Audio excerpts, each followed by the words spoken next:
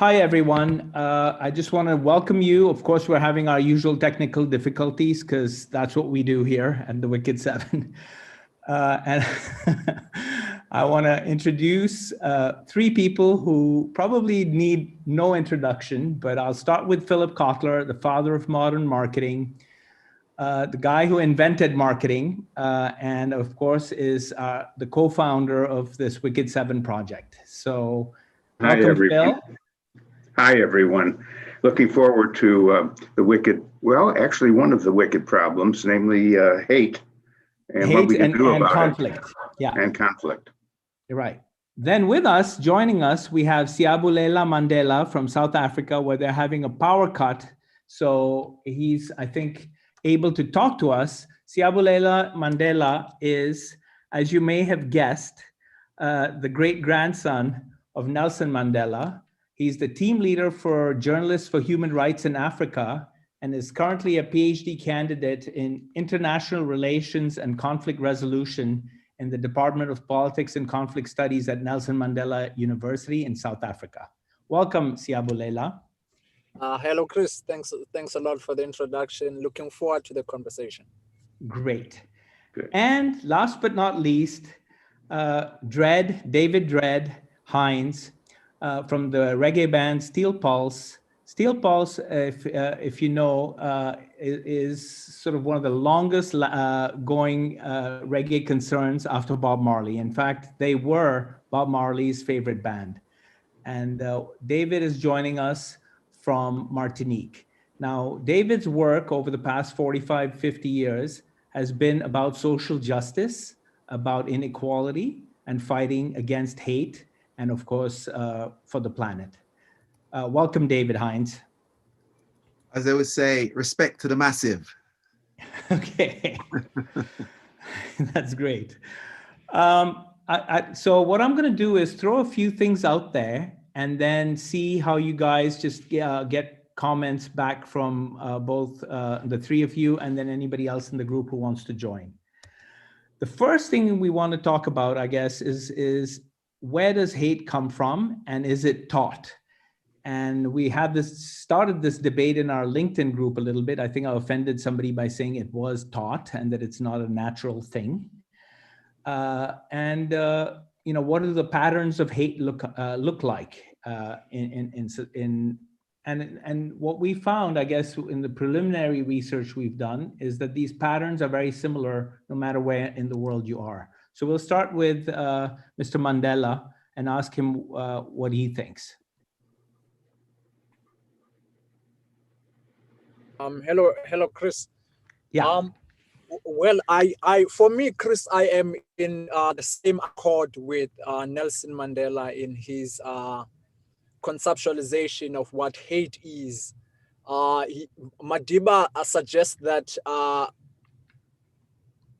if hate can be taught, and it's something that we are taught, be it through socialization within our communities and within our families, it can also be untaught because its opposite, which is love, comes more naturally than hate. So I am therefore of the view that hate, there is, in fact, I'm in the same accord as Nelson Mandela, that there is no one that is born hating one another on the basis of the color of their skin, their religion, or their creed. So therefore, it suggests to us that hate is something that is socialized and is something that is taught throughout our socialization within our own communities. So therefore, if it is a phenomenon that is taught in our socialization within our communities, it can also therefore be untaught, and it therefore means that we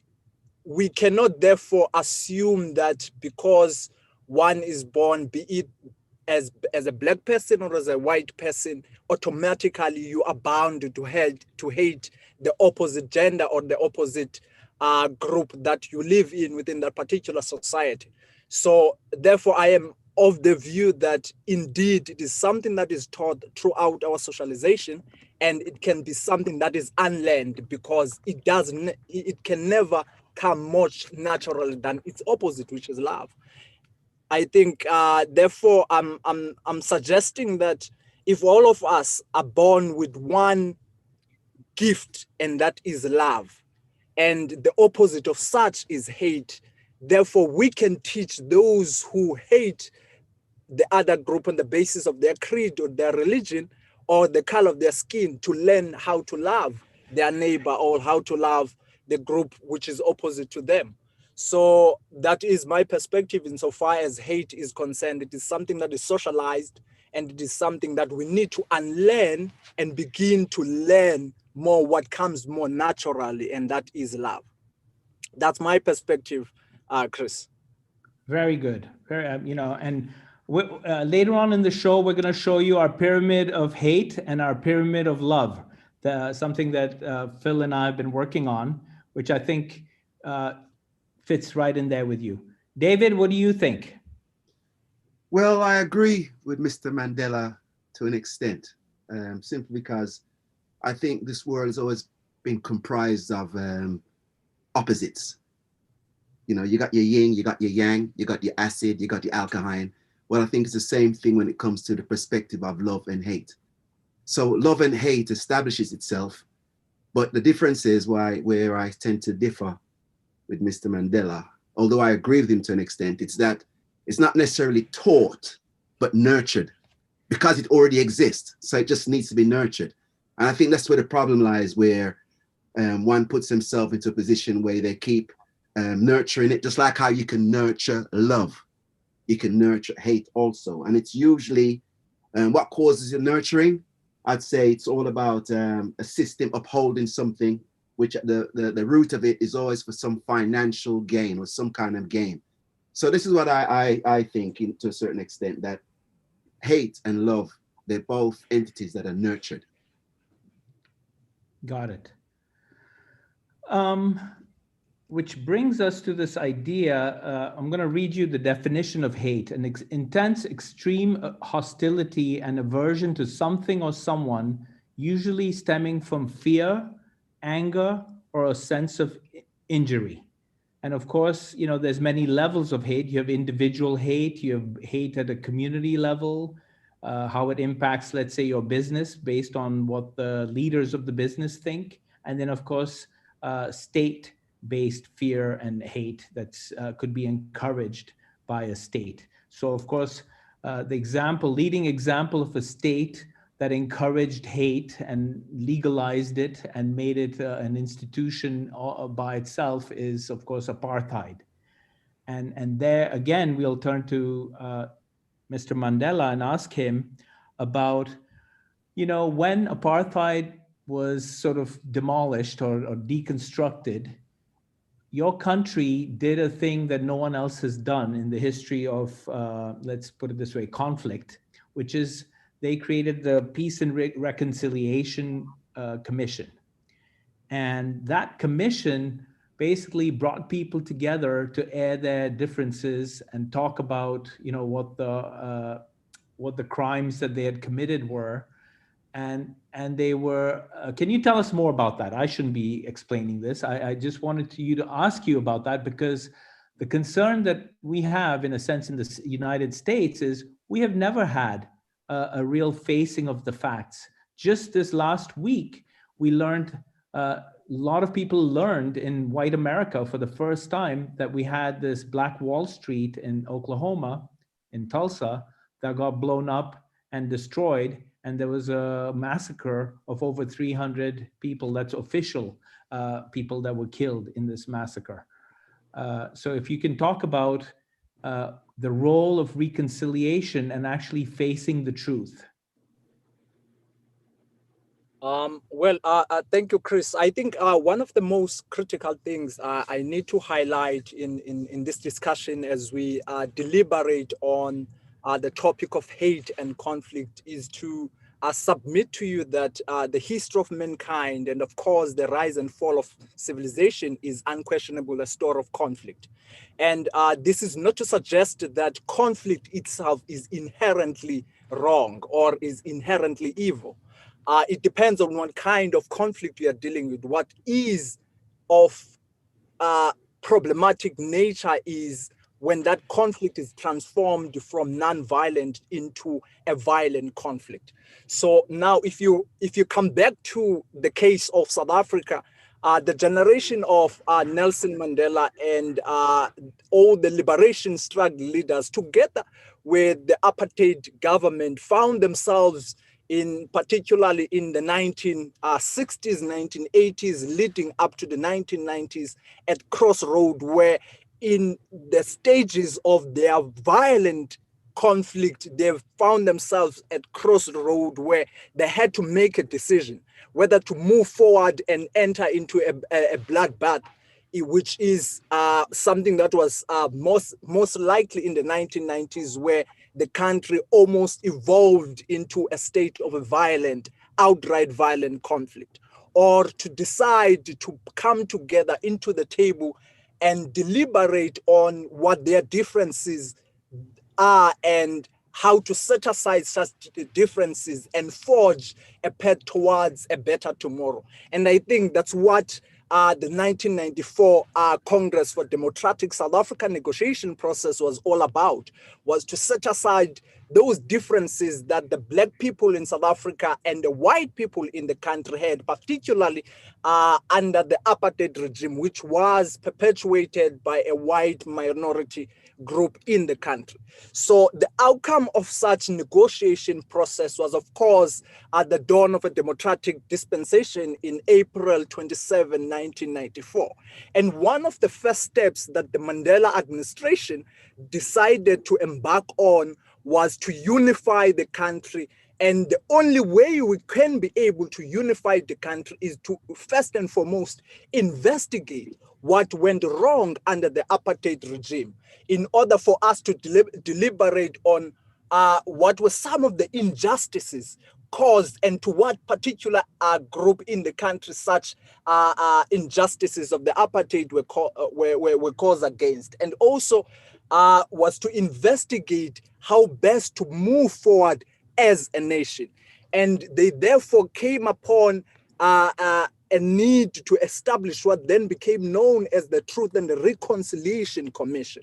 And it had three main objectives. One of the objectives is to discover what went wrong, and that was the truth aspects of it, and bringing both the perpetrators of the genocide, the injustices of the apartheid regime in the same table, together with the victims of such an atrocious and evil system as the apartheid regime.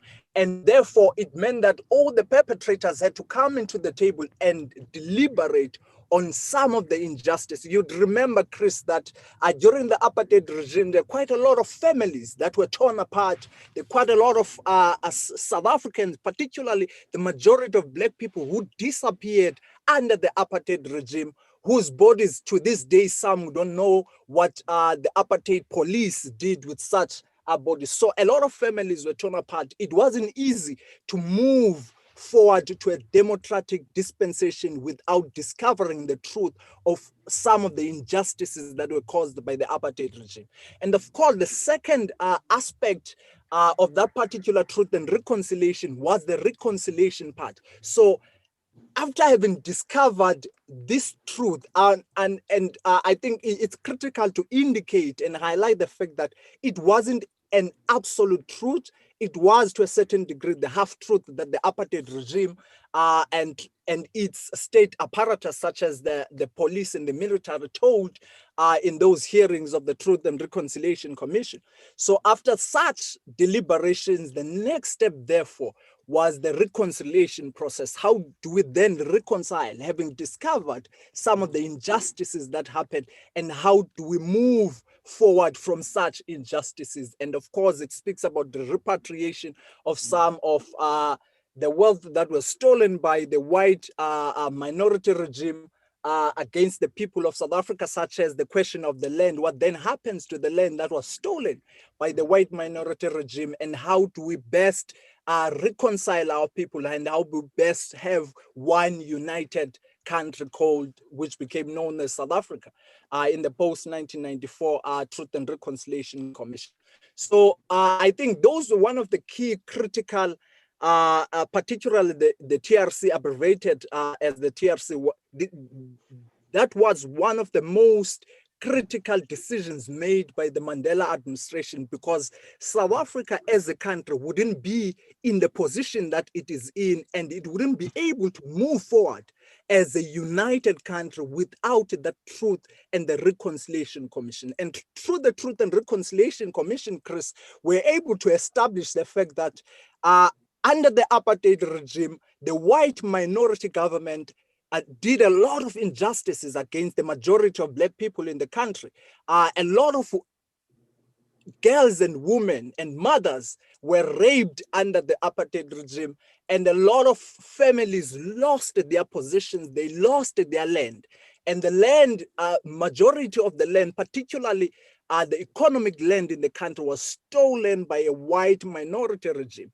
And it is unfortunate, Chris, while I'm still on the question of land, it is unfortunate that such land has not yet been returned back to their rightful owners, which is one of the underlying issues which is making it difficult for the country called South Africa to be united even 26 years later, since the dawn of a democratic dispensation. Was still dealing with issues of racism, because most of the agenda of the Truth and Reconciliation, such as returning back the land, has not been addressed. It was, though fortunately, one of the outcomes of such a Truth and Reconciliation is how best to share the power insofar as government is concerned. And it is the only thing I can say was the ultimate outcome of the Truth and Reconciliation Commission, which is the ability of the state and the citizens to govern themselves and to decide who should lead and who should govern the country, that is to say, the political powers given back to the people. But unfortunately, the economy of the country still remained in the hands of the minority. The land of the people still remains in the land of the minority, which is in this case the white minorities in South Africa. And as such, if you're talking about the question of reconciliation, there's never been reconciliation in South Africa. Perhaps an illusion, of course, of reconciliation, yes, or a degree of reconciliation. But in South Africa, we are not as united as we hope would be 26 years later since the dawn of a democratic dispensation. So I'll stop there at the moment, Chris, and I would engage more on the South African situation and particularly the question of hate and conflict more generally. Okay, thanks for that. I do see how, it was, at least for us in the West, when we were watching that Truth and Reconciliation Commission, it was a revelation that South Africa was even able to just make that happen and not descend into violence and actually build a country. And of course, we remember the World Cup and everything else and the rugby stuff after that. We have a question here from the audience really fast for Professor Kotler.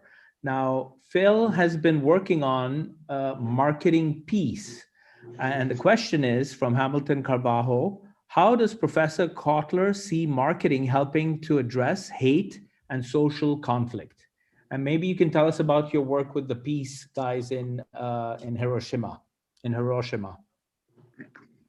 Yes, I was a traveler to Japan on many occasions, and on one of them, they asked me to go to Hiroshima, and I was there and very much impressed with, first of all, the terrible horror of the bombing of Hiroshima and Nagasaki.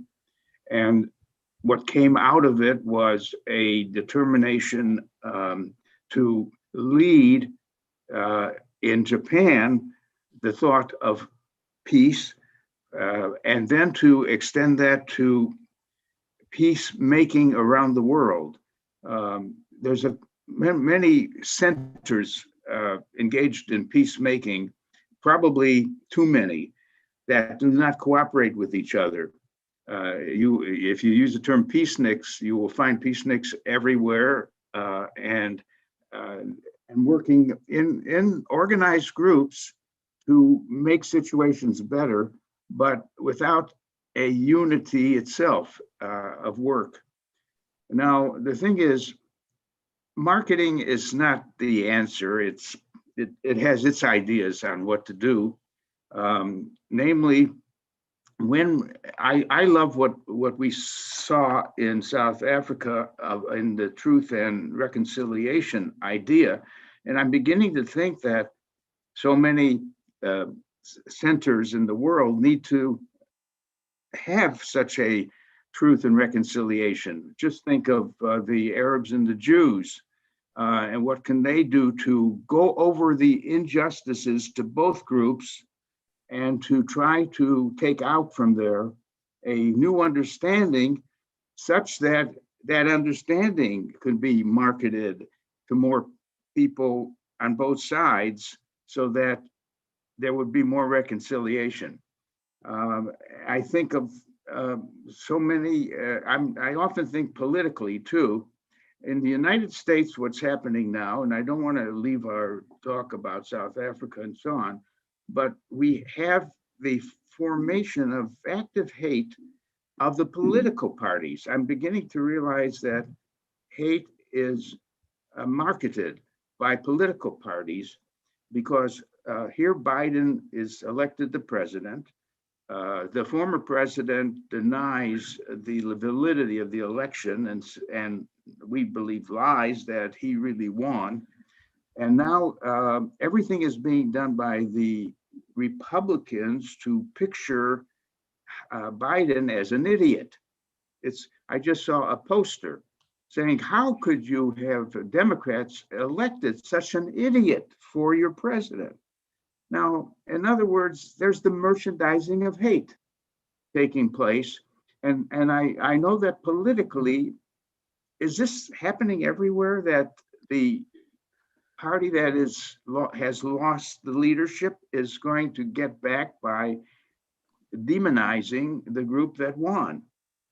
So we can talk about that.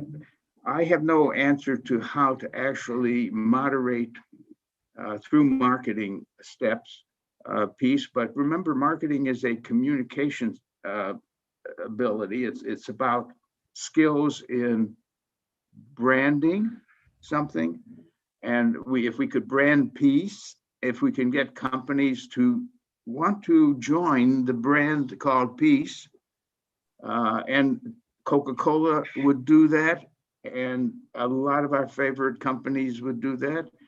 There's a lot of talk now about what we call, should companies join a cause? Should they become cause marketers, or should they stay apolitical? Well, I just want to remind you that when Georgia started to pass laws against voting by Black people, basically, companies like Delta and Coca-Cola and the Baseball League all objected to seeing anti-voting work like that. And so maybe eventually companies will, enlightened companies and leading companies will play a role in showing what counts and what they care about as brands. We'll see more of that. So there's a lot of forces that could be energized to help market a more peaceful relation and attitude toward other groups. Thanks, Phil. We're going to go to David Hinds now for an example of how a movement can begin to market peace. And this was, of course, what I'm talking about is the Rock Against Racism movement, which started in England in the late 70s, about 78, 79, right, David Hinds? That's right. Okay, tell us a little bit about that and how that got started and what was the background of it was sort of a Trumpian feel, right? There was what was his name? Enoch Powell and the National Front. Yeah, tell us a little bit about that.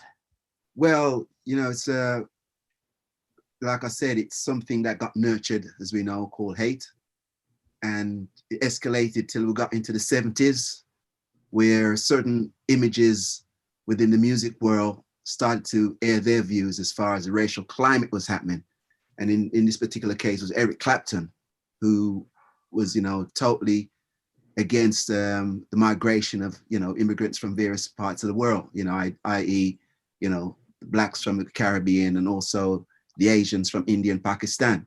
So he makes a statement about everybody going back to their own country, and it was totally supportive of those who like that format of nurturing, so to speak.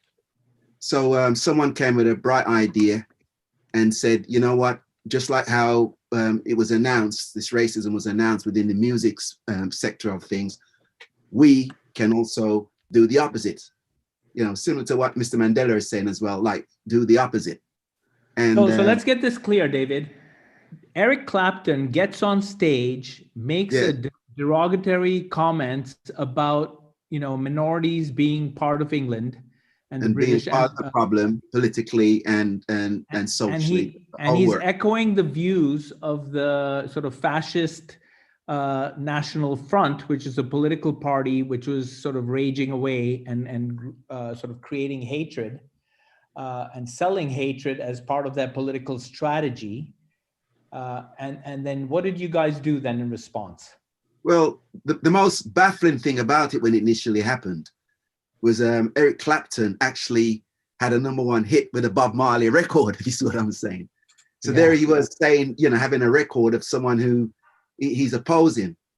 So that was the bit of a oxymoron of the whole situation, if you see what I'm saying. Right. But having him making that particular statement had a lot of people jump on board in various parts of the country, but most in particular down in the London section of things, because that's London, as you know, is the epicenter of Britain, and that's where most things are acted upon. And before you know it, there was a movement rocking against racism, rocking against the politics of Enoch Powell, the up and coming Margaret Thatcher, all those that were about, blacks going back to their own countries, so to speak. And a lot of musicians that, if you're a musician, when it comes to the development of music, it's all about liking music of different cultures. For you to develop in yourself, you have to be starting to like other dimensions of music, which so happens to come from different dimensions of people in different walks of life in different parts of the world. So Eric Clapton making a statement like that was like really upsetting, to say the least. So a lot of musicians jumped on board to take up the mantle, to pick up the mantle of representing something opposite to what Eric Clapton was about. So this is how Rock Against Racism came into play. So bands like ourselves were invited because it was also at a time where, as you know, British music is mostly from those who are actually white, who wanted to take on board musicians like ourselves, being that minority, being the ones that are ostracized on the radio stations and on the TV platforms and all the media platforms. It's all right, you can join us too to fight this evil thing that's going to fester if we don't stop it. So that's how Rock Against Racism came into play. And so you had The Clash, you had Steel Pulse, you had some of the other punk bands. Talk to us about the inter sort of boundary crossing that happened between the white skinhead punks, who would have been sort of the target audience for this fascist stuff, and then the Jamaican reggae scene, and how those two boundaries sort of came together and created sort of a movement that kicked the National Front off the front pages. Well, Britain in so many ways was becoming more of a cosmopolitan society, whether they liked it or not. So you had the skinheads, for example, who were at the height of and at the forefront of racism. And at the same time, they were liking reggae music in its early forms, as in ska and as in rocksteady. So after a while, they were slowly won over, if you see what I'm saying. They phased out. So the music was the key, in a sense, to build that bridge between these cultures. Yes. Yeah. And then walk us through what happened after. How many concerts did you guys do? Well, there was a couple of main events, one at Victoria Park and so on and so forth. But there was also pockets of that where punk rockers decide to have black bands as supporting acts. So there they were performing in front of white audiences that, you know, obviously there'll be a majority of them or a certain faction of them with racist tendencies. All of a sudden they're coming, you know, in front of a black organization like ourselves, performing for them and saying, hang on, this ain't too bad after all. So in a sense, the music sort of changed the perception of how people thought of minorities within Britain. And the rest is history. Of course, Margaret Thatcher did come on board, and you guys had to had to fight this war again and again and again. But now it seems, and let me step back now for a second and come back to Mr. Mandela. Mr. Mandela, in front of us on the screen, I don't know if you can see it, is this thing called the Pyramid of Hate. The Pyramid of Hate, can you see it? Yes, sir. Yes, sir. Okay, so the Pyramid of Hate is sort of developed by the Anti-Defamation League in this country here in the US, where they said this is sort of the escalation pyramid, that if you don't stop stuff, it ends up going all the way up the pyramid. And what we see is first you have these negative stereotyping, biased attitudes, which leads to acts of bullying, name calling, slurs, intimidation, which leads to discrimination of all sorts, political, economic, educational. And then it leads to violence at the end, and of course, genocide. This pyramid apparently works in the sense that it can be used to manipulate populations and people to get them so angry and so polarized that, of course, they will vote for the party that is promoting their agenda. And that's where sort of the narrative of white supremacy and everything else comes in. So what I was going to say is, you know, your other field specialty is conflict conflict resolution. So here's a map of conflicts that are happening today, and this is, of course, this is from the CFR, which basically is really the Council of Foreign Relations. So this is from the perspective of the United States and how it affects the US. But the point is that each one of these wars and conflicts have a narrative based on that pyramid that we just saw. And my question to you is, Mr. Mandela, how do we create the opposite? How do we create a way to turn these narratives back, rewind them, or alter the trajectory of hate as it is in the present? What can be done? Peace building only works after a war, in a sense. So how can we build peace before we go to war so that we avoid this craziness in the first place? Of course, one of the biggest ones right now is the Israeli-Palestinian conflict. And part of it seems to be that the narrative for both sides is driven by ideology rather than the practical face-to-face interactions that when those do happen, we actually see peace breaking out. And when we have the ideological narratives that are driving people, that we have this kind of hate that is just, how should I call it, unstoppable. Any suggestions or ideas in that department?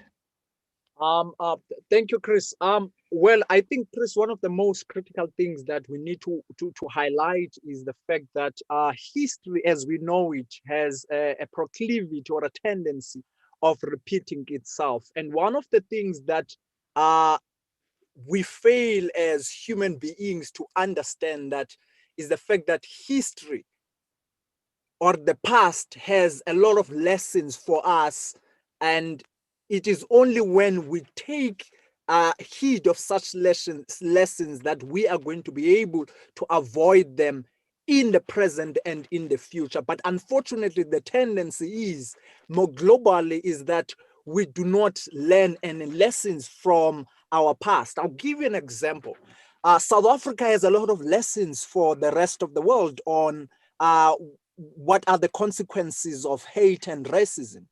And it has, at the same time, a lot of lessons on what best to do with hate and racism and how best to resolve such in order to have a better future or even the better present.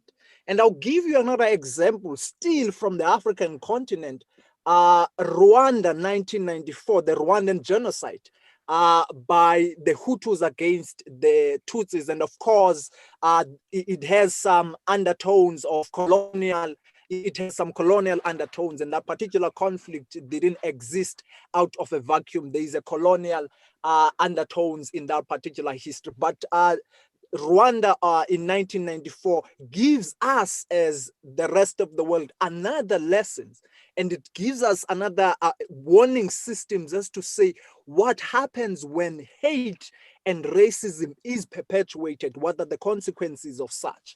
And of course, if I take it back to South Africa, which is in this particular case, you'll pardon me, the audience will pardon me for continuously referencing South Africa.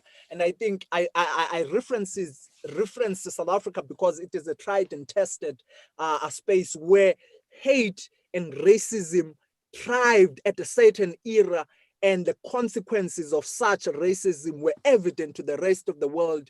And therefore, some of the solutions that came out of which led to the resolution of that particular hate and that particular racism.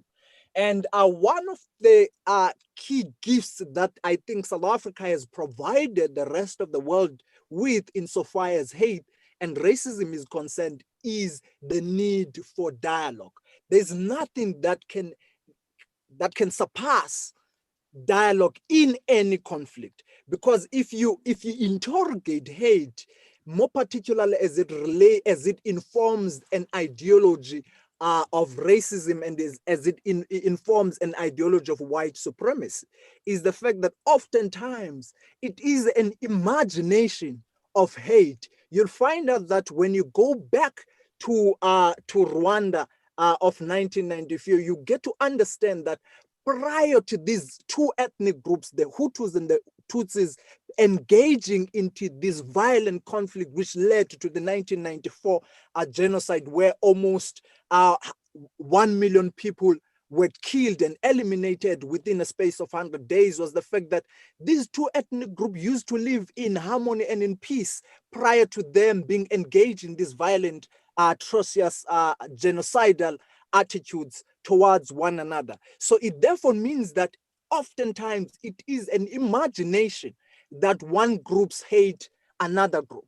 And it also explains to you that post-1994 genocide, the Hutus and the Tutsis in Rwanda are able to coexist and live in the same country called Rwanda. So it therefore suggests to us that hate, to a certain degree, can be a phenomena or an attitude that is imagined. The Hutus and the Tutsis, when these two ethnic groups eventually came into the negotiation table, they realized that they were not necessarily inherently hating one another, but hate was perpetuated as a political tool to divide and conquer and even rule that particular country called Rwanda.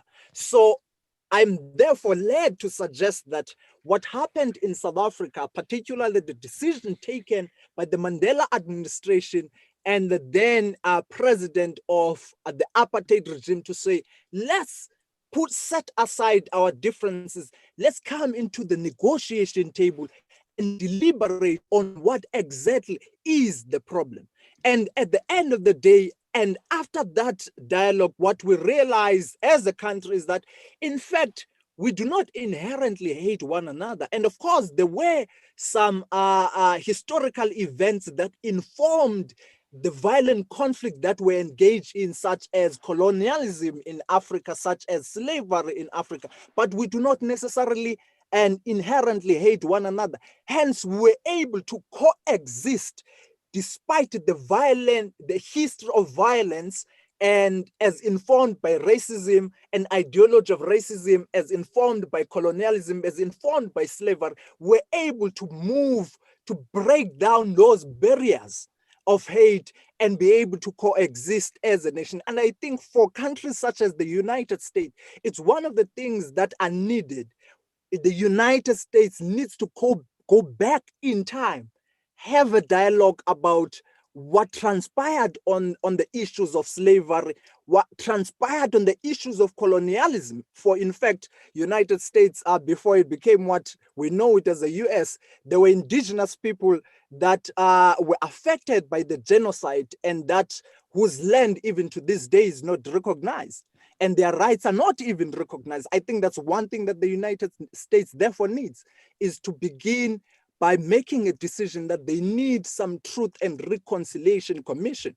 And within that space, they then need to engage in dialogue and deliberate on what their issues are and how best to resolve such issues. But so long as the first steps that are taken by the state is to engage, is to use the state apparatus such as the police and the military to intervene on issues of racism, the country will never be able to move forward, despite calling itself a democratic state. They will never be able to move forward without a dialogue.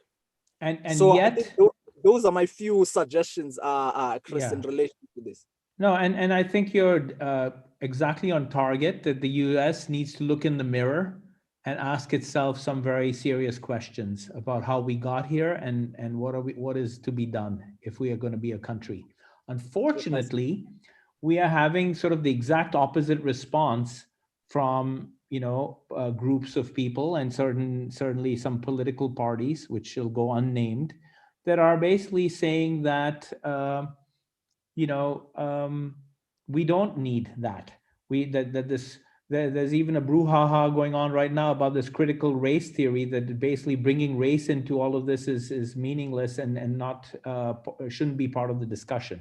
And yet we still have injustice. David, I'm going to ask you, go back to a quote that you had where you said, "Where there is no justice," what was that? The phrase that the quote that you had? "Where there is no love, there is no justice. And where there is no justice, there will never be peace." These are the words of David Hinds as part of his vision for the music that he does. And that's one reason why we have him here.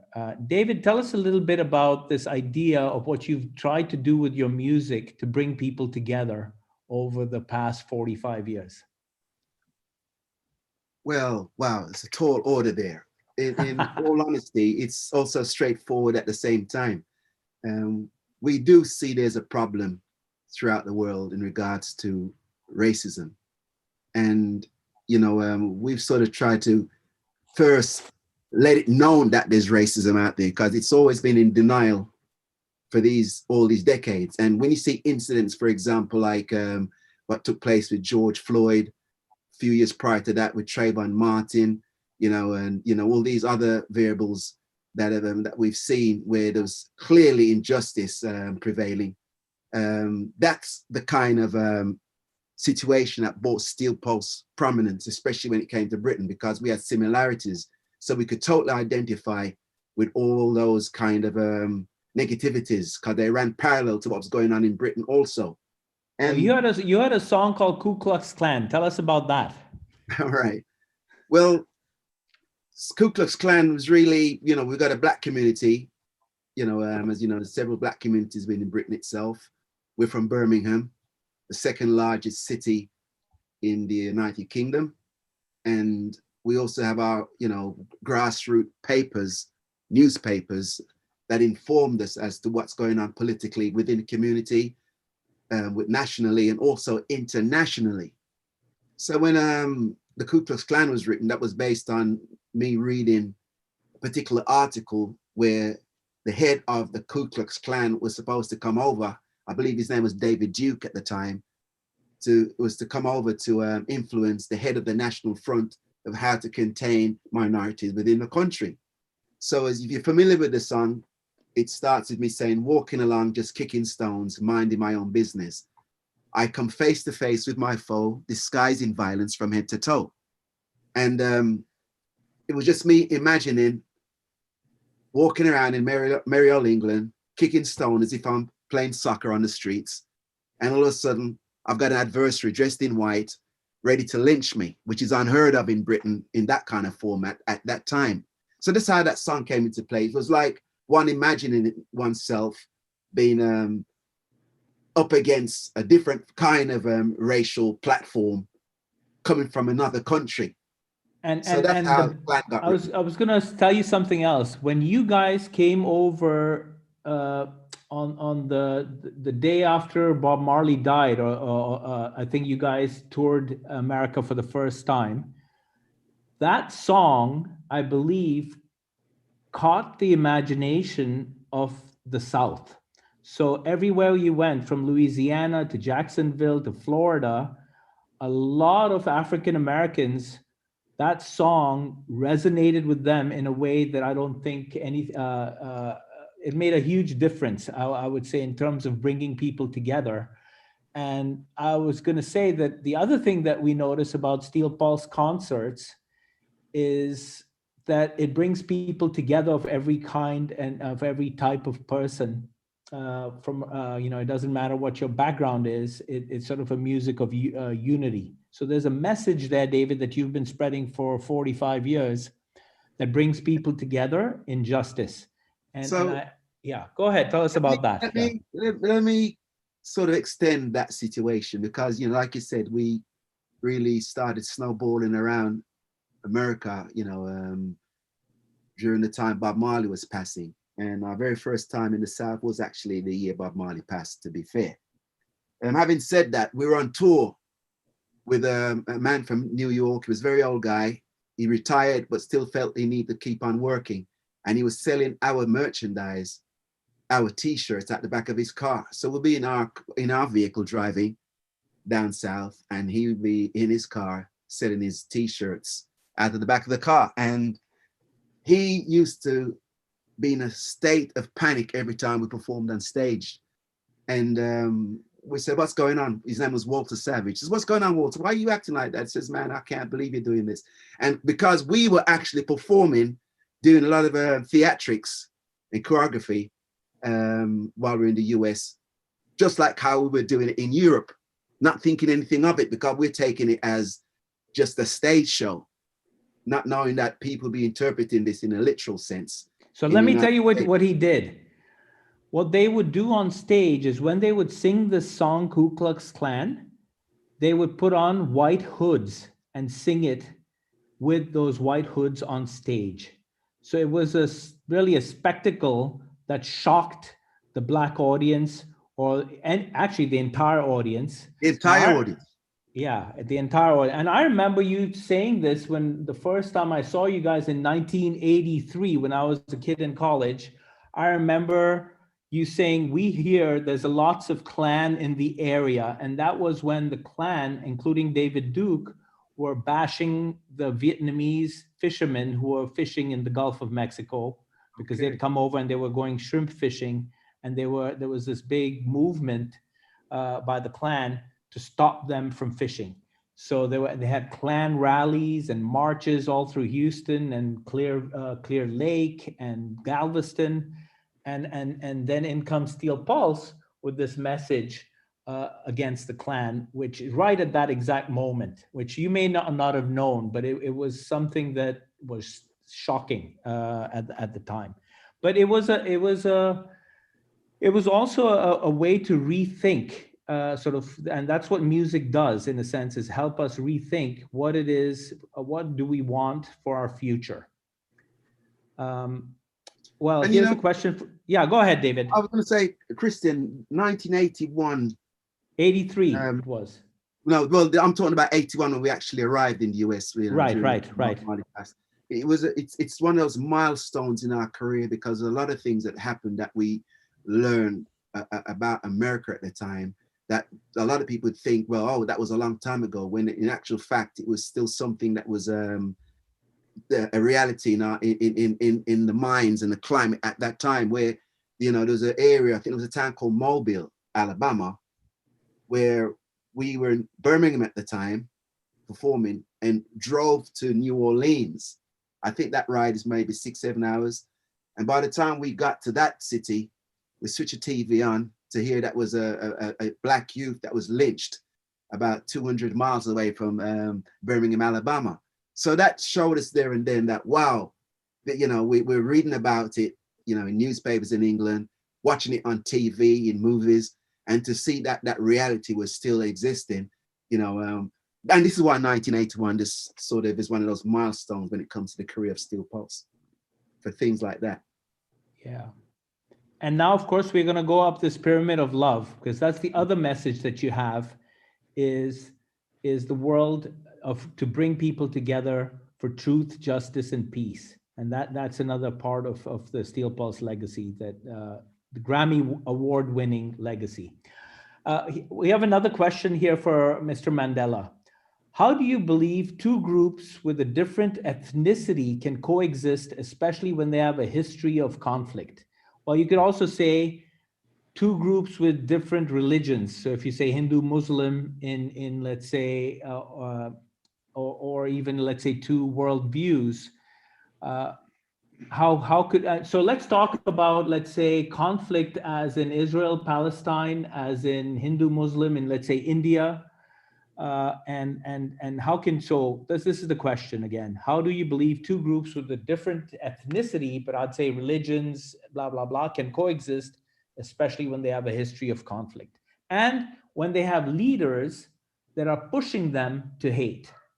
I think that's the other part, that we need to call out these leaders for being sort of violent instigators of violence, because that's what they're doing when they incite the masses to do this.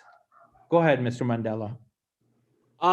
Thank you, Chris, and thank you to Kadesh for asking that question. And I think I have a very simple response to Kadesh, is to say, we are not, as human beings, we are not prisoners of history, but we are students of history. What that means is that history is there to teach us certain lessons.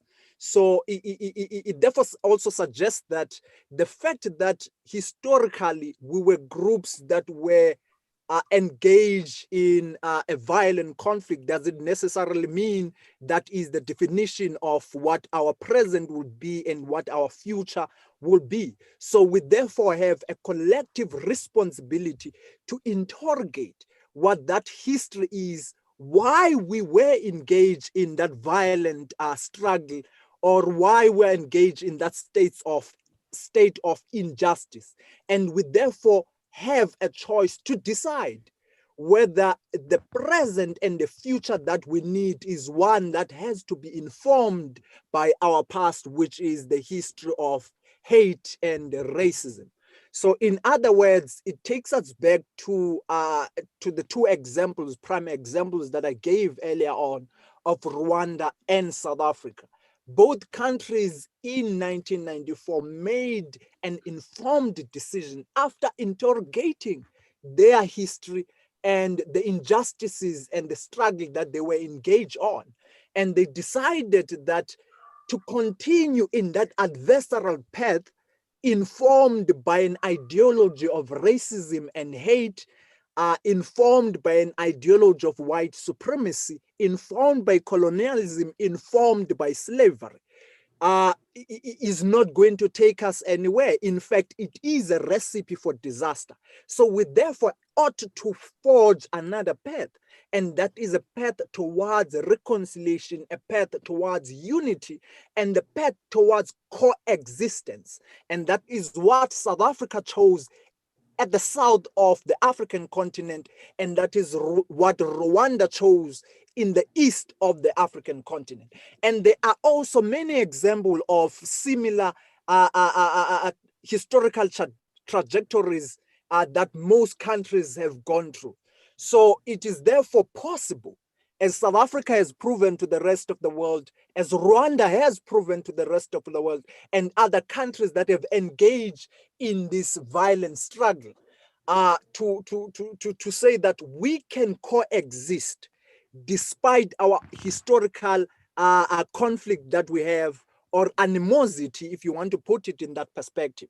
So it is therefore, Kadesh, possible for two ethnic groups or two people that were historically engaged in a violent conflict or in a violent struggle to reconcile and forge a path towards a better tomorrow. And South Africa has done that, Rwanda has done that, and many countries have done that. So therefore, if you're talking about Israel, for instance, one of the positions that South Africa has taken in the Israel-Palestine conflict is that what Israel is doing against the people of Palestine is nothing but apartheid, because as South Africans, we have lived apartheid and we know it, and we have a lived experience of what apartheid is. That is why South Africa has continuously been protesting against the state of Israel for the injustices that they are doing against the people of Palestine. And we have suggested that the only way that Palestine and Israel can come out of that particular conflict is if they consider dialogue and they take it seriously and they come together under one same table and deliberate and negotiate what their future would be or should be. So in this case, it is therefore, Kadesh, possible to coexist despite the violent history that we have had. I mean, if you look at the United States itself, and particularly look at the African Americans and the white community, or those of Caucasian descent in the United States, despite their violent history of slavery, they've managed to forge a path that would enable them to coexist. Mr. Mandela. Though that is not as perfect as we want it to be, there is a possibility, and there is, in fact, prime examples of those groups that hated one another.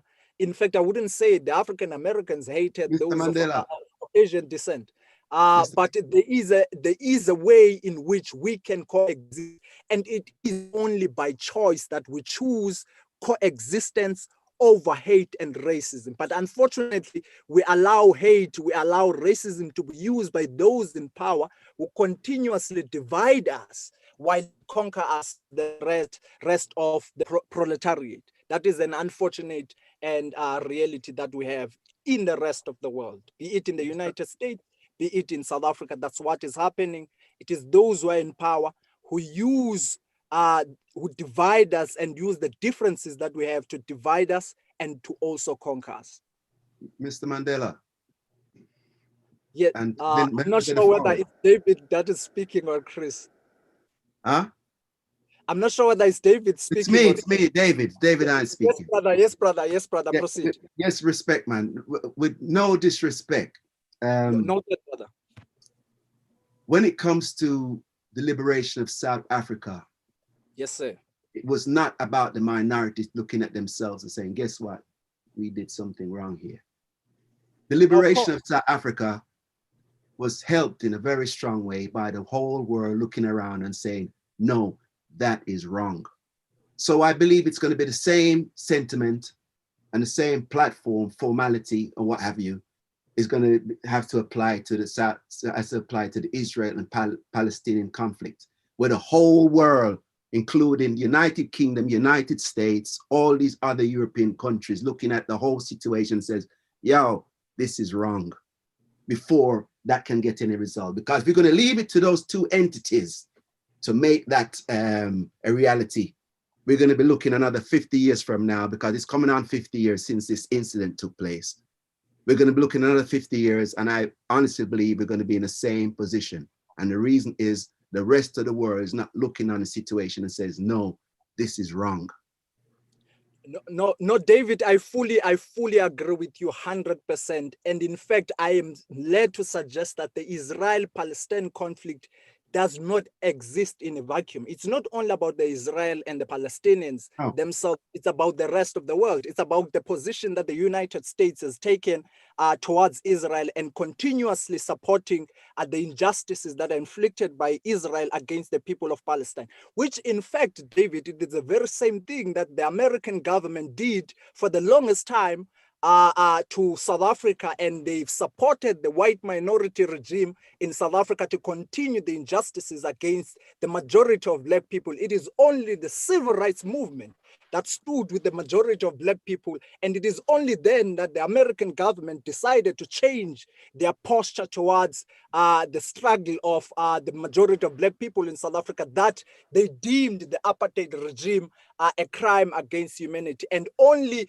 late in the 1980s that the United Nations itself deemed the apartheid regime a crime against humanity. But before that, they considered and supported the white minority regime to continue its injustices towards the Black people in South Africa. So I fully agree with you. It is a collective responsibility of the rest of the world to take a particular robust posture against Israel, to say what the Israel state is doing against the people of Israel is nothing but injustice and the continuation of apartheid as we've seen it in South Africa. It is when the rest of the world rally against Israel that Israel is going to realize that what they are doing against the people of Palestine is an injustice. So therefore, they need to forge a different path. So I fully agree with you, David, on that. Yeah, because I lived in real time. Real time means as the event was actually carried out, where Margaret Thatcher was the only country, Britain was the only country that refused to boycott South Africa because of all the wrongdoings that was happening there. And it was so bad that it embarrassed Britain itself, because then Britain, amongst all the Commonwealth countries and all the countries of the United Nations, stuck out like a sore thumb. And come to find out that she had invested interest. Well, her family members had invested interest as to one of the key reasons for her not to wanting to boycott South Africa. So this is why I'm taking the stance I'm taking. The whole world needs to look at all these factions where there's conflict because of this, that, or the other, and turn around and says, no, that is wrong. Because I honestly believe that will help bring that negative matter to a close. So David, I'm gonna, because we're running out of time, we're gonna go to this last idea, which Phil, Carthy, and myself wrote an article on recently called "It's Time for a Movement of Movements," which is really saying that all the different movements that are fighting for different sort of causes that are all, of course, having to do with the common thread is, of course, justice. How do they come together across the world to fight for the Wicked Seven, for things like climate change, income inequality, racial inequality, sexism, LGBT equality, all of the above, right? How do we bring humanity together to mobilize together a sea of humanity to say, you know, companies, if you're brand activists, step forward. NGOs, if you're serious about these things, join these movements, create movements, join these movements. And we see companies, some companies doing that. And then of course, governments, if you're serious about this stuff, then create new policies, bring people together and create this sense of, and I do think that is exactly why, let's say, India got independence and why the civil rights movement actually did, actually something happened after MLK was shot, which is, it was just moral indignation and outrage. Same with South Africa. I mean, and it takes a long time, I guess, to get that word out and for people to be educated on these causes to make a difference. And in that sense, I guess, Phil, we could do something in terms of marketing peace and marketing, let's say, that's in a sense what the Wicked Seven is about, which is to bring people together to look at all these wicked problems simultaneously, that they can't be solved independently. And we well, Christian, I would like to just make an observation. I find that the whole discussion has been so interesting and full of ideas. It looks like in every conflict, there are people with, even the people within one side that are not certain what side they want to be in. let me put it this way. Just like in Israel, there's a great number of people who are against the policies of Israel, which have hurt the Arabs. There's always people who are looking for good solutions. Now, what we need to talk about are the tools. And what we just found out in this discussion is several tools are available. One is music and songs of love and of peace and so on. We ought to see more developed in those situations. But I would also suggest that movies can play a very big role. I just saw a film called The White Tiger, and it was produced in India, and it really makes most Indians, if they watch the film, feel that they have been abused as servants, put down as untouchables, and that they have a right to almost rebel against the rich, the ones who are established, who are using them as just servants for their own needs. But the point is, there's music, there's movies, there's books that can be sometimes very powerful in showing and changing our minds. They go deeply into some of these with fiction as well as factual situations in books and fictional situations. Then there's also ads, advertising, and branding that can be done. And another thing we need more of are debates, formal debates between both sides, opposing sides, on what that are maybe heard by not within a nation, but maybe broad international debates about these issues. And then I love this idea of reconciliation commissions to really be set up in each case to face and resolve to the extent possible the differences that the two groups feel. Now, against those tools, which are positive tools, you've got all of those interest groups that want to manipulate and increase hate. And they have their tools. And some of these triangles that you're showing about the pyramid of hate and pyramid of love suggests that we're in a world with groups that are equipping themselves with tools to do the bad things, and people in our group is trying to find out what tools can help bring about more peace and love in the world. I'm a member of a board called the World Happiness Foundation. There's 20 or 30 of us who are trying to spread, so to speak, the gospel of happiness and bringing love into more of our minds and hearts.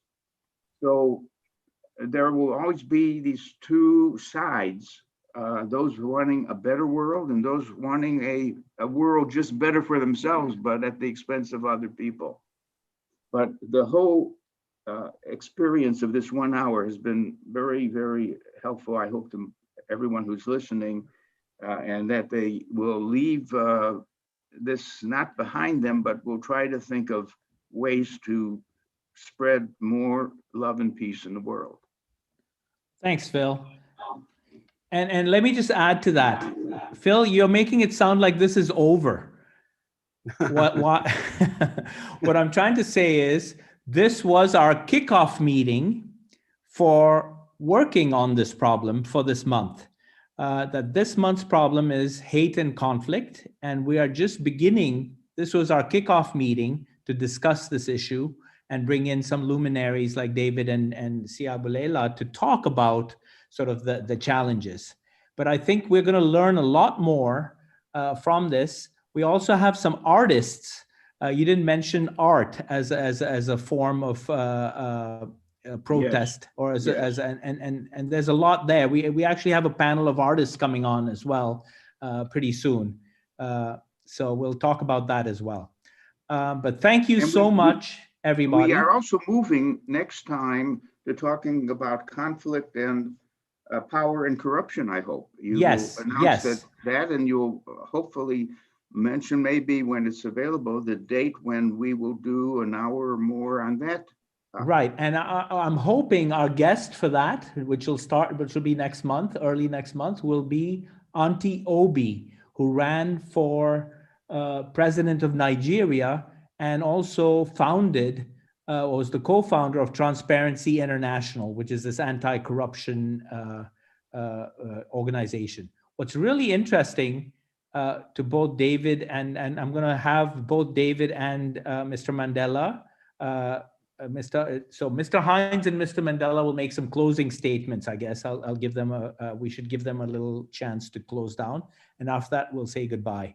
But sign up on wicked7.org. We're just learning about this stuff and we're getting into it. We're starting our mapping process. What you see here on the screen in front of you is our agenda for the month. Thanks so much. And with that, David Hinds. Yes, sir. Go ahead, man. Some closing thoughts. Well, some closing thoughts. It's like a continuation of what Phil has been saying, all the other outlets of trying to lift this negative entity, get it eradicated from our consciousness as far as how it's seen now. He's mentioned movies and you've sort of mentioned the arts.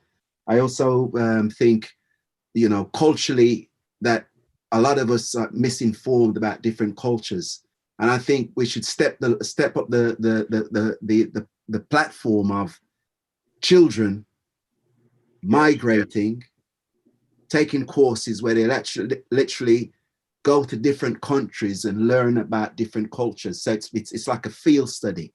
So all of a sudden now there's some child or a group of children from, say, New York City in a school, as we know how New York City performs as a school, and it finds himself in a village in a remote area of Ghana, for example, where children having to learn outside with no buildings because there's no buildings there, and every time it rains they got to close up shop, stand under a tree or somewhere until the rain stops, and then they come out and start learning again.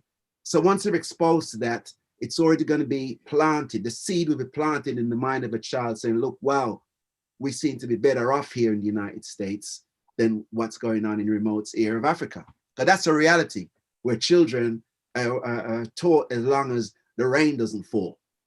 If you see what I'm saying. Where, as you know, a lot of Western world societies, it could be snowing, raining, frosting, everything. A child could still be there in a confined space, learning and getting ahead for a future positive society for themselves. So this is one of the things I think needs to happen more across the board everywhere, where different children from different walks of life go to different countries that are completely opposite to their society and learn about them.